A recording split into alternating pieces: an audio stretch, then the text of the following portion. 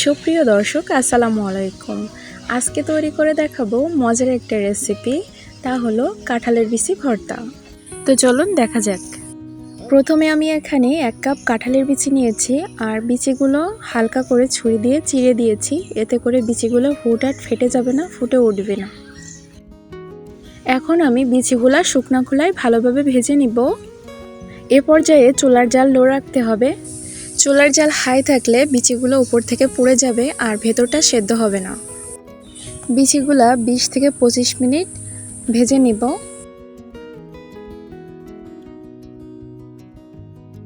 বিচিগুলো আমার ভাজা হয়ে গিয়েছে, এখন তুলে নেব আর উপরে যে সাদা অংশটা এটা আমি তুলে পরিষ্কার করে নেব।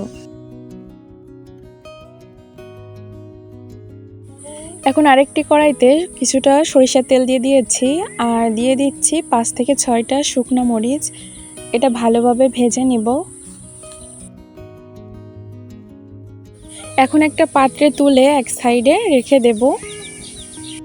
এখন একই তেলে আমি দিয়ে দিচ্ছি কয়েকটা রসুনের কোয়া আর মিডিয়াম সাইজের একটা পেঁয়াজ কুচি।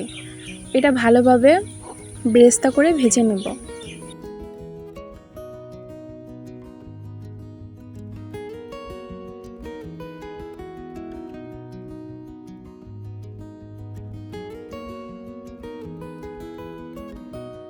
রসুন আর পেঁয়াজটা ভালোভাবে ভাজা হয়ে গিয়েছে, এখন আমি উঠিয়ে নিব।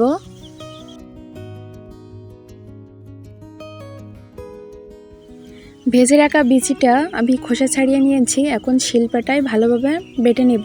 আপনারা চাইলে ব্লেন্ডারে ব্লেন্ডও করে নিতে পারেন। ভর্তাটা মাখানোর জন্য আমি এখানে দিয়ে দিচ্ছি স্বাদমতো লবণ, দিয়ে মরিচ আর পেঁয়াজ রসুনের যে বেরেস্তাটা এটা ভালোভাবে মেখে নিচ্ছি।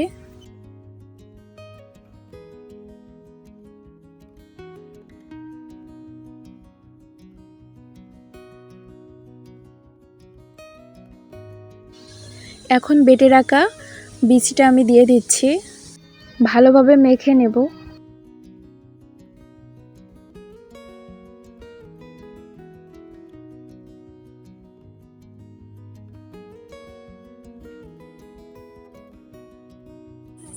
দিয়ে দিচ্ছি কিছুটা সরিষার তেল।